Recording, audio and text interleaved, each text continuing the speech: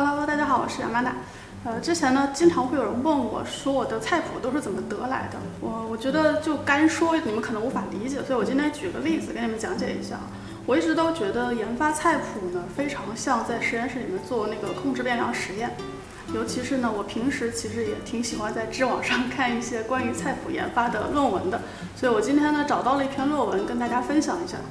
之所以是这一篇论文呢，是因为我受到了它标题深深的吸引。你们看一下这个标题，是不是觉得非常有趣？然后我仔细看了一下这篇论文，我觉得它里面这个东西做起来应该不难。那我们一会儿就跟着这个论文的配方一起试一下。不过做之前我遇到个问题，论文里没有提到模具用的是哪种。看用量呢，如果做成圆形蛋糕只有4寸，这种刁钻尺寸的模具很难买的，所以我先试试把用量翻倍，做成6寸蛋糕。蛋清、蛋黄先分开，蛋黄一边搅拌一边加入油，还有牛奶，过筛过的低筋面粉，接着还要加点酵母。这个蛋糕里加酵母这个操作我之前真没见过，不管怎样试试看吧。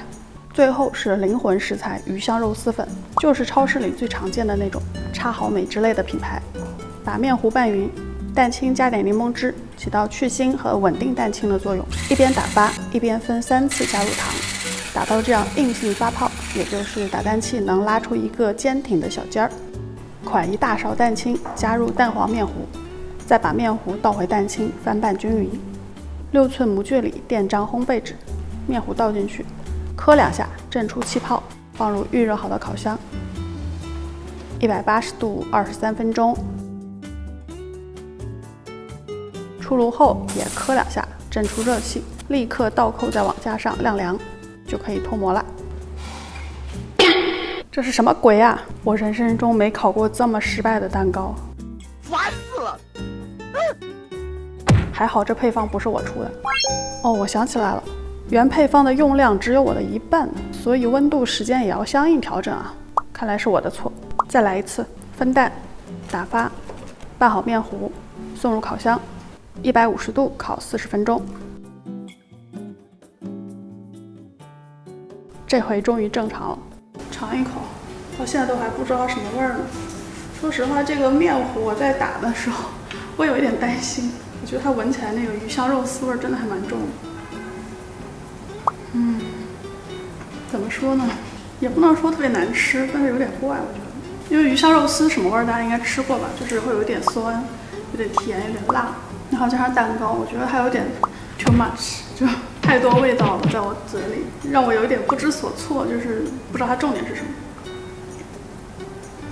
所以我觉得这个蛋糕，反正对我来说，我觉得它不是一个特别好吃的蛋糕，但我还想挣扎一下，因为我觉得它是鱼香肉丝的味道。那如果把它做成像肉松小贝那个感觉，说不定会好一点。所以一会儿我还是用这个配方，给它做成一个片状的蛋糕，再来试试。你们还记不记得一开始我说不确定原作者用的是什么模具？有可能他做的其实就是蛋糕片呢。蛋糕面糊再来一遍，模具换成方形烤盘。这样看起来还挺好的吧？再用这种刻饼干用的小圈圈，把蛋糕片刻成小圆片，挤上沙拉酱，2两一碟，在2面都挤上沙拉酱，抹匀，满满的沾上海苔肉松，所有的边缘都要裹满哦。看起来还不错吧？试试。